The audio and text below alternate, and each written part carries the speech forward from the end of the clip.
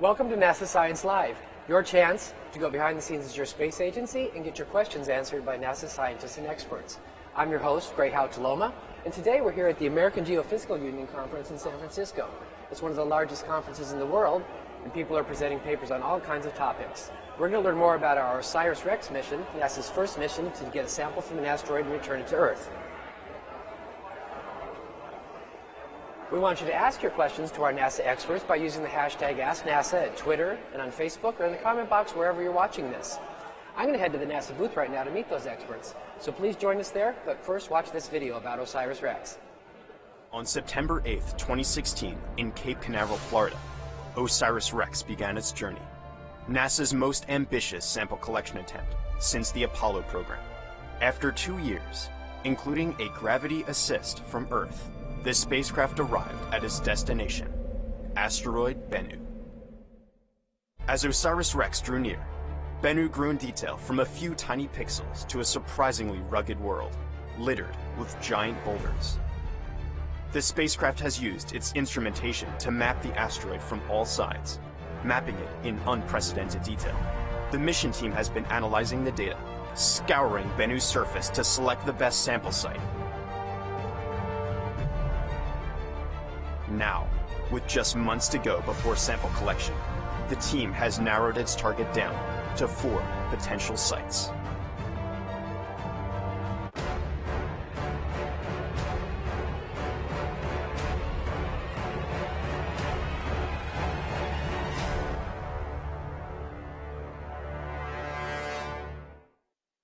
Hello, and thank you for joining us in the booth here at AGU, the American Geophysical Union, for this special edition of NASA Science Live.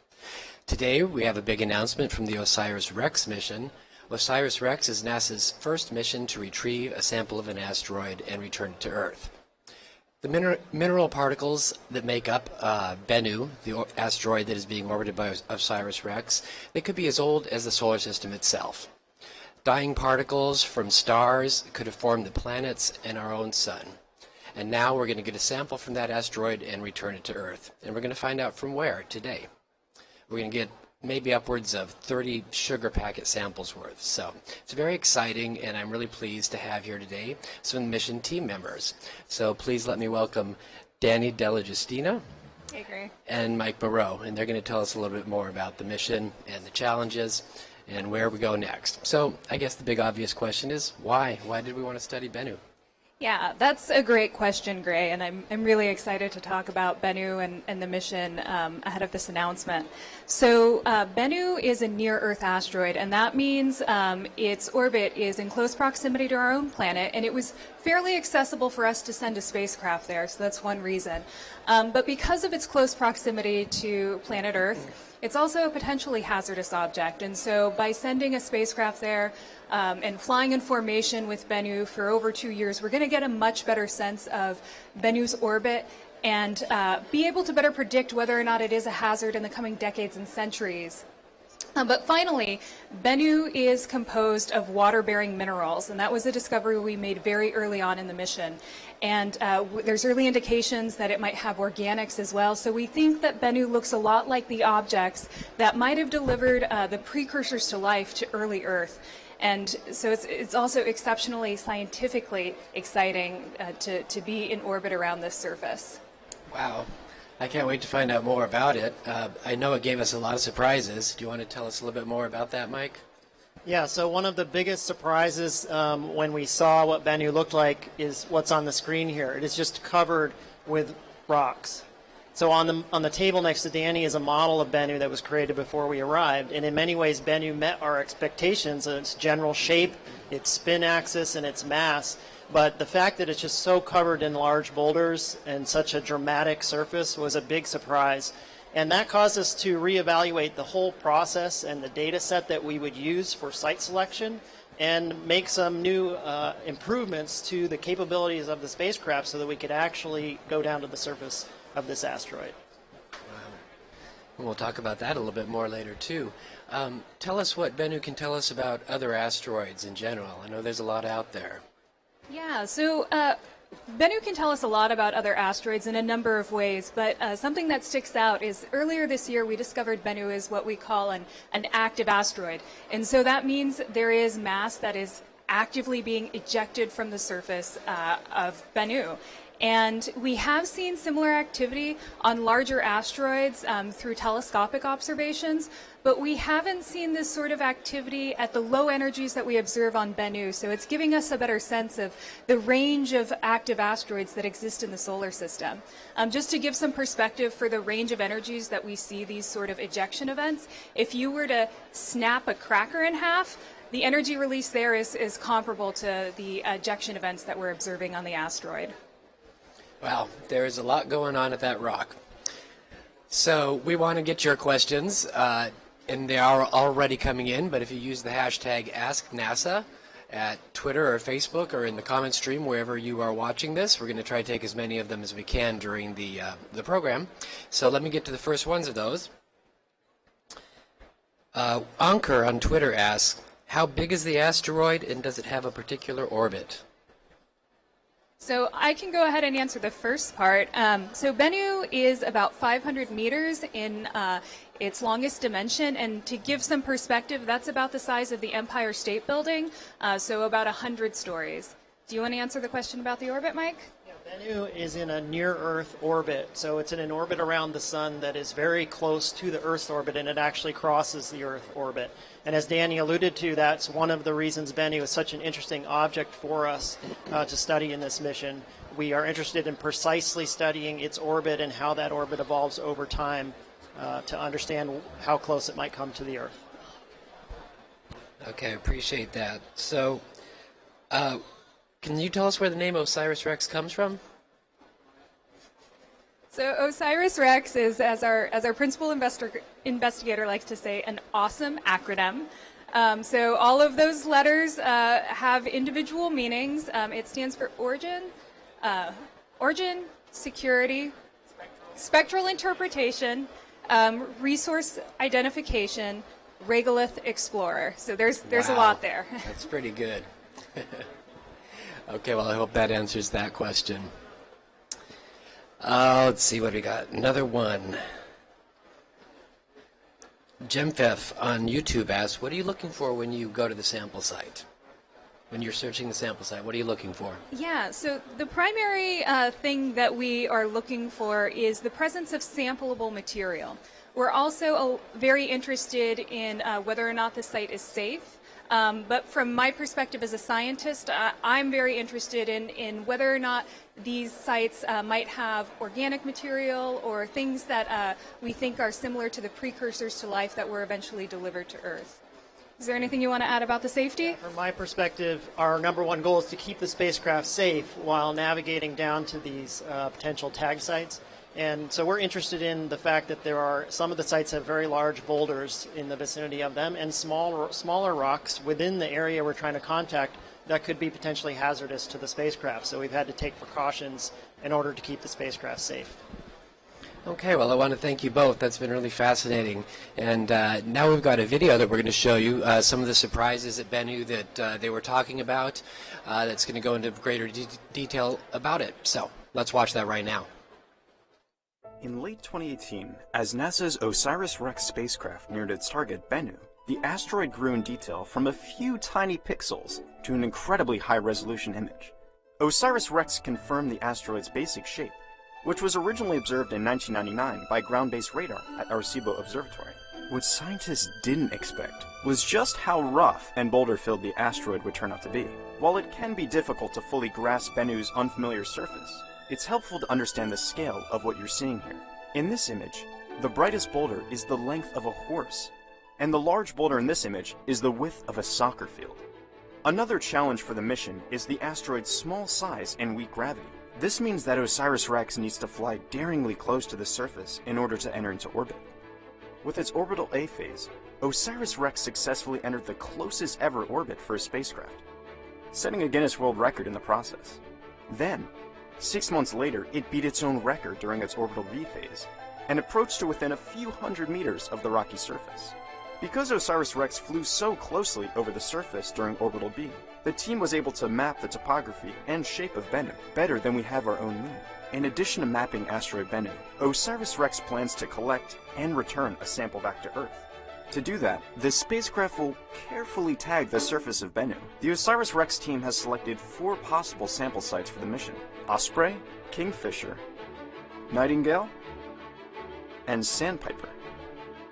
The spacecraft has been closely imaging these sites from different angles to select the best touchdown spot for OSIRIS-REx. What was originally envisioned as a smooth and easy touchdown on Bennu's surface has become a complex endeavor to tag a small, crowded space on the asteroid, an area no larger than a few parking spots, by mid-2020. The OSIRIS-REx team has already pushed the boundaries of scientific exploration, going from ground-based radar images all the way to being a few hundred meters from the asteroid's surface, and is now mere months away from a sample collection attempt. All right, well, that video gave us a lot of perspective on just how hard it has been to explore Bennu once the spacecraft got there and all the surprises that the team encountered. But we are now getting ready to select that sample site and tell the world about it. And we've heard a little bit about Bennu and where it is, what it looks like, and now we're going to get a little bit more into the why of why we do this. I'm pleased to be joined by Dr. Lori Glaze, who's head of the Planetary Science Division at NASA headquarters. Hi, Gray. Welcome, Lori. So, tell us, why do we do sample return?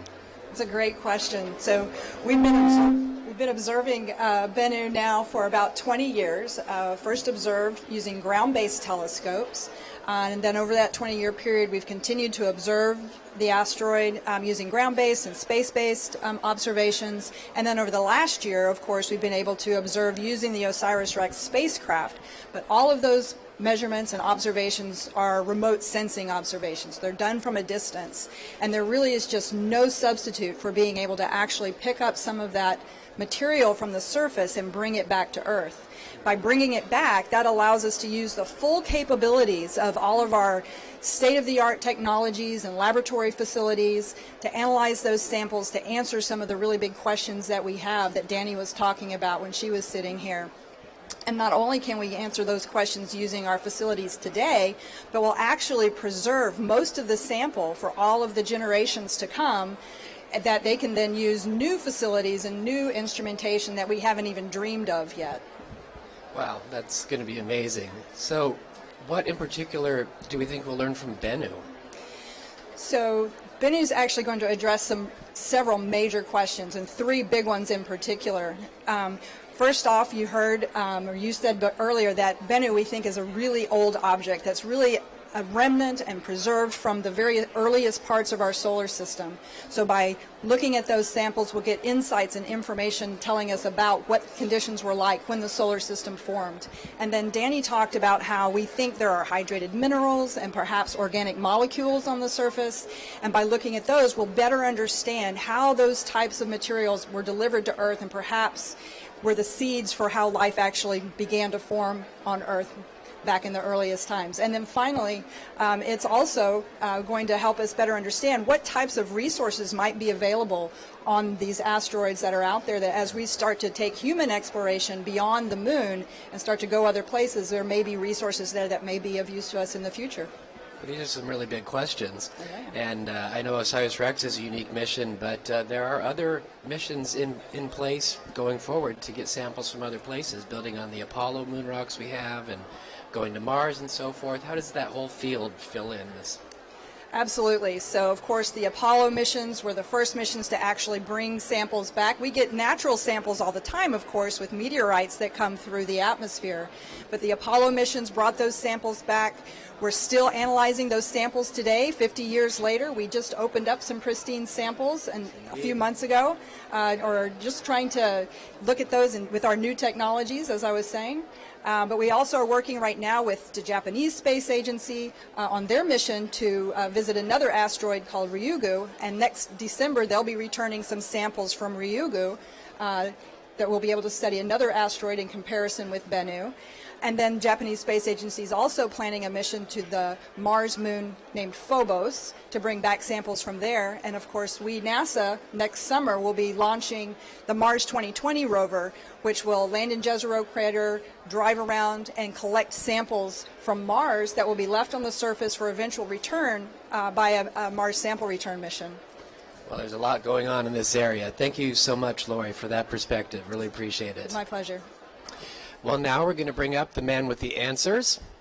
Dante Loretta is the principal investigator of OSIRIS-REx, and his team has been working round the clock since OSIRIS-REx arrived at Bennu last January 1st, and they discovered all those surprises we've been talking about, and he's going to give us an overview of how they narrowed down the multiple candidates for site selection and then announce the real one. So Dante, tell us about the whole process of narrowing these down. Yeah, thanks, Gray. As you can see from the map of the asteroid behind us, when we first got there, the most obvious feature that we saw were these abundant, very large boulders, and overall a rough and rugged surface, very different than what we designed the spacecraft to sample. We were looking at sampling areas that were 25 meters in radius across, and quite honestly, I thought it was going to be obvious from the first images where the sample regions were and that it was going to be a straightforward site selection, and it was nothing of the sort. So the first thing to do was to complete the global characterization of the asteroid. We used our camera systems, we have laser altimeters for getting the topography, and we have several spectrometers for analyzing the mineralogy and the chemistry. And the science team did an amazing job of synthesizing all of that information and making a whole series of maps of the asteroid's surface. And then we went through several different ways to characterize it. We had the team looking at the imagery and the other data to pick areas that looked sampleable. We used machine learning algorithms. We also wrote specific software to find flat areas on the asteroid surface. And we also crowdsourced some of this information out to get the community involved in helping us select the sites. After that process, we actually had 50 different areas on the asteroid surface that looked like they might be interesting for us. And so I set it up kind of a tournament-style bracket. We ultimately got down to our Sweet 16 and then the Elite 8 and to the Final Four where we are right now, about to crown the champion and the runner-up of this process. All right. Well, I understand you have some really cool videos of those Final Four sites, so why don't you go over them with us? Yeah, let's take a look at the Final Four candidate sample sites. So we're going to start out with the Osprey crater. This is about 20 meters in diameter. One of the key features is the big flat rock that's 5 meters long. We call that 12 o'clock rock because it's almost pointing due north, and it kind of sets our orientation for us. It does look like it has some fine-grained sampled material, especially right towards the central region and in the trough or the ridge, beyond the ridge to the east there. But it is a kind of a rough and rugged surface, and so we do worry that it might be a little more challenging to ingest those 2-centimeter sized particles from its interior. But overall, the surrounding area, because it's up on kind of a hill, it's relatively free of hazards that we might fly into on the back away from collection. Let's take a look at the next one. This is the Kingfisher site. So this is similar to Osprey in that it's in an equatorial region, and we like the equator because the navigation team has higher accuracy when we're targeting equatorial sites. This is a smaller crater, about 10 meters in diameter. One of the most intriguing features are the two smaller craters that we in fact call the Mickey Mouse ears. Those look like the best, finest grained sampleable regions on the asteroid, but they're really small, on the order of 2 meters across, and we know we can't get the spacecraft into a spot that tight, but the hope was that that same kind of fine-grained material was accumulating in the center of this smaller crater. We take a look at our next candidate. This is the Nightingale crater. So unlike Osprey and Kingfisher, this one's at high latitude up in the northern region of the asteroid. It's a crater about 20 meters in diameter. It's characterized by a lot of apparently fine-grained material. We do see a few large boulders that look like they've rolled down into the lowest depression over here on the right side of our image. And the most characteristic feature for me is this large wall of tall rocks. That does represent a potential hazard to the spacecraft, because when we make contact with the surface, the only thing that touches it is the sample collection head at the end of a long robotic arm. That may tip over a little bit, and we back away at whatever angle we've tipped to, and we're concerned that we might fly into some of those hazards. So let's take a look at the final site. This is the Sandpiper site. So this is also a high latitude site, except it's in the southern hemisphere of the asteroid. And unlike the other three sites, it's part of a much larger crater, about 50 meters in diameter.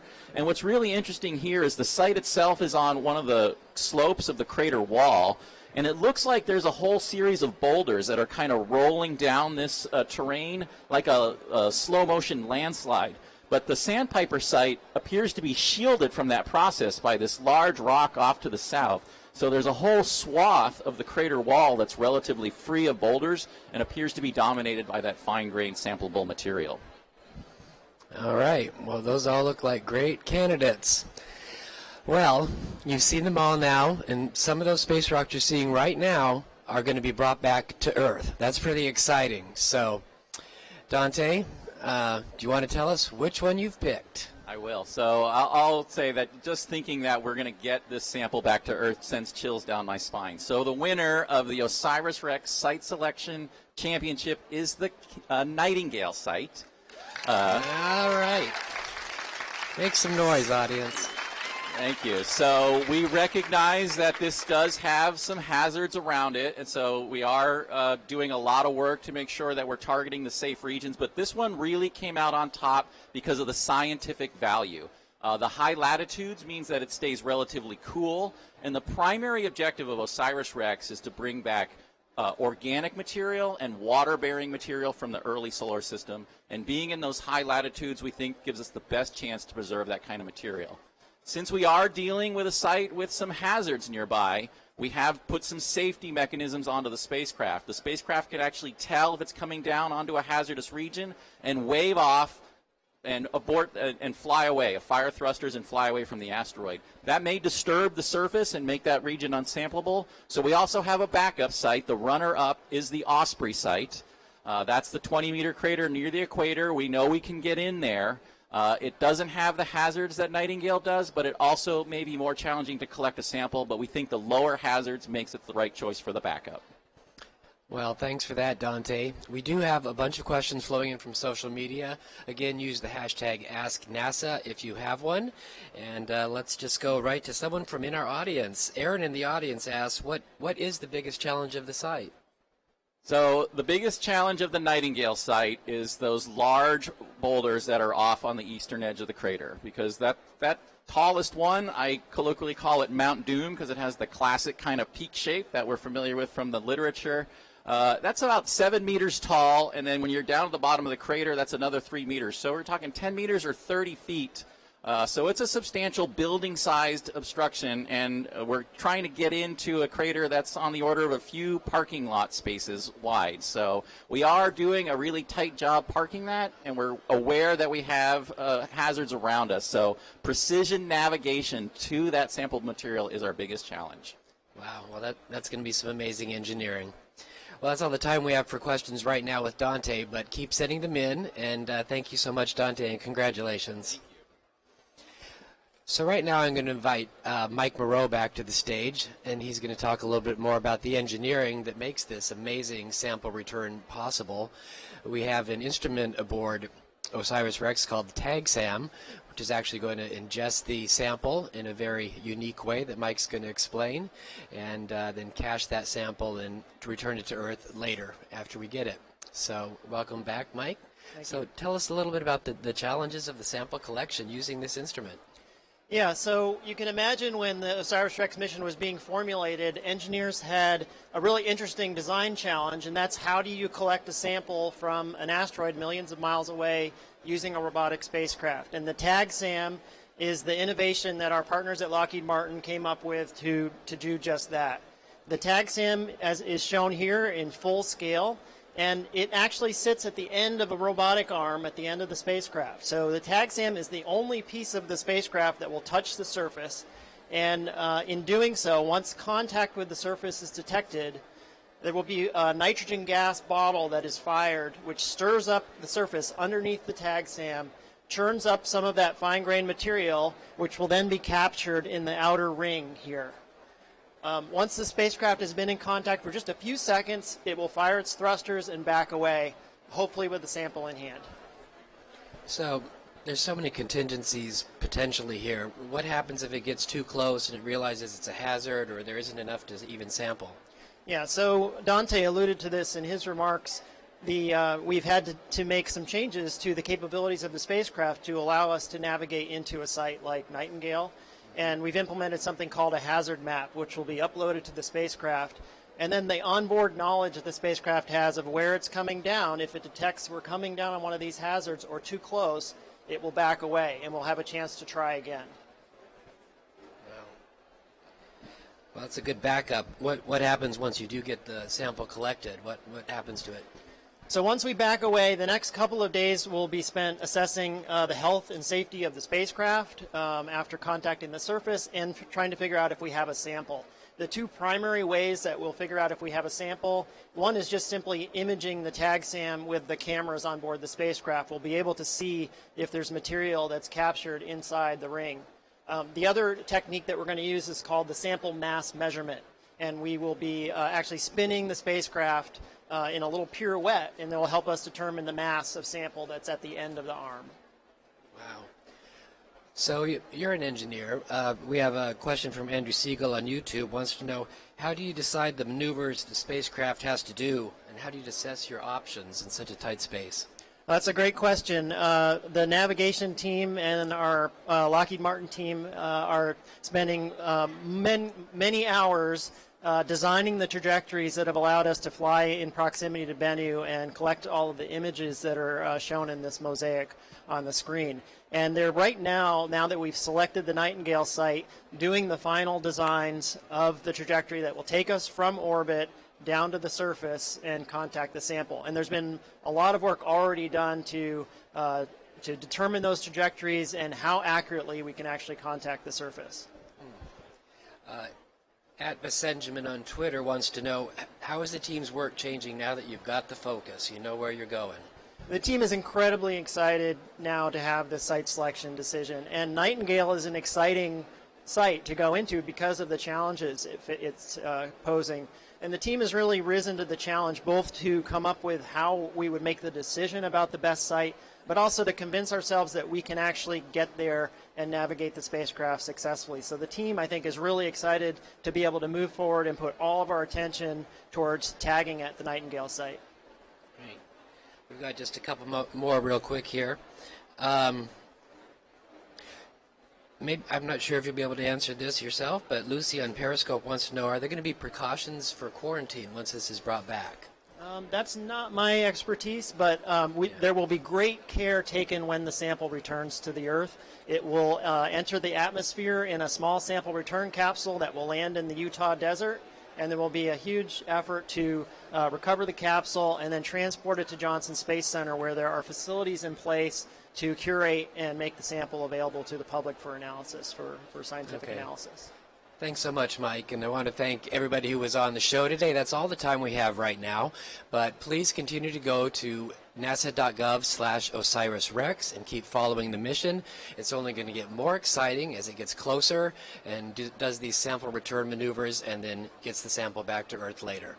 So that's all the time we have for now. Until next time, let's go play tag.